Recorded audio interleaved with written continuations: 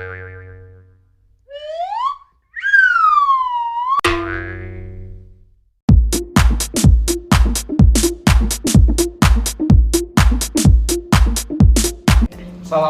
warahmatullahi wabarakatuh.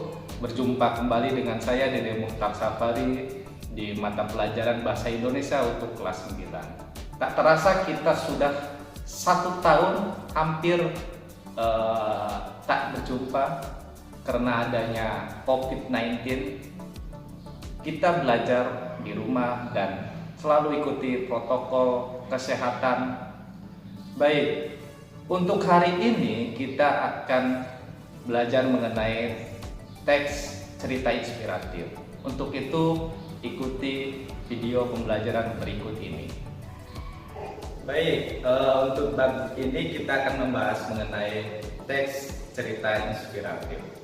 Oke, yang minggu yang lalu kan mengenai teks diskusi.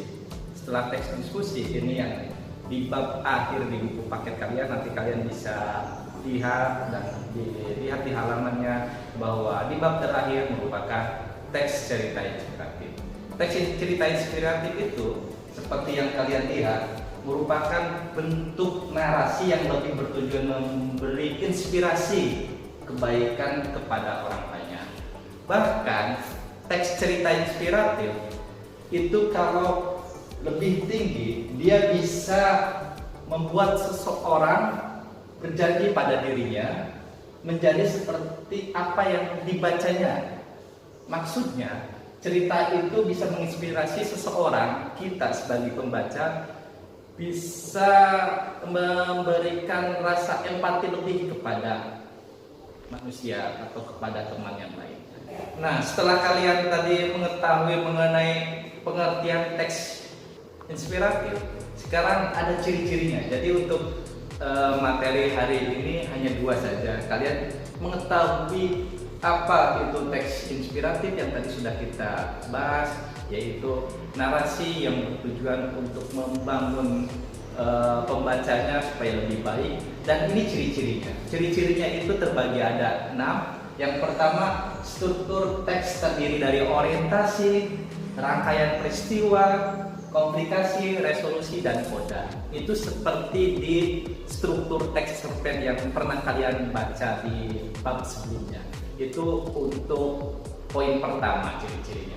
Poin yang kedua itu memiliki tema spesifik mengenai kehidupan seseorang atau perjuangan tokoh. Jadi tema tersebut merupakan tema-tema yang membangun kita supaya lebih baik. Baik, sekarang yang nomor 3 itu amanat atau pesan yang ingin disampaikan. Amanat ini sangat penting dalam teks inspiratif karena pengarang ingin menyampaikan pesan atau amanat melalui alur yang dibangunnya dalam cerita tersebut. Baik, sekarang poin yang keempat bersifat naratif. Nah, naratif di sini tentu ada tokoh, alur, dan setting yang dibangun.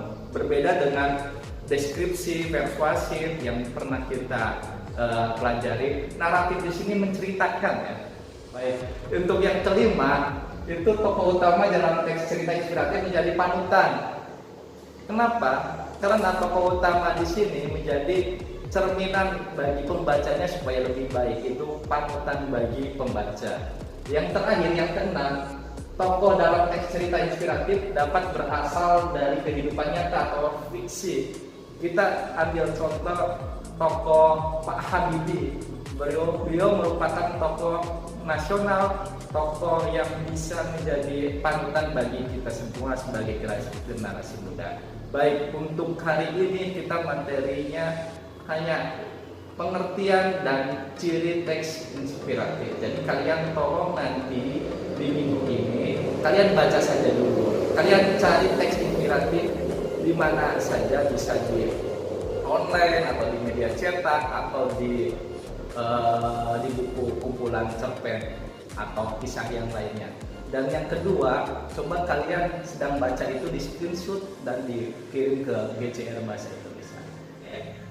Cukup sekian video pembelajaran untuk hari ini mengenai teks cerita inspiratif dan ciri-ciri teks inspiratif. Semoga video pembelajaran hari ini bermanfaat untuk kita semua. Dari saya cukup sekian. Wassalamualaikum warahmatullahi wabarakatuh.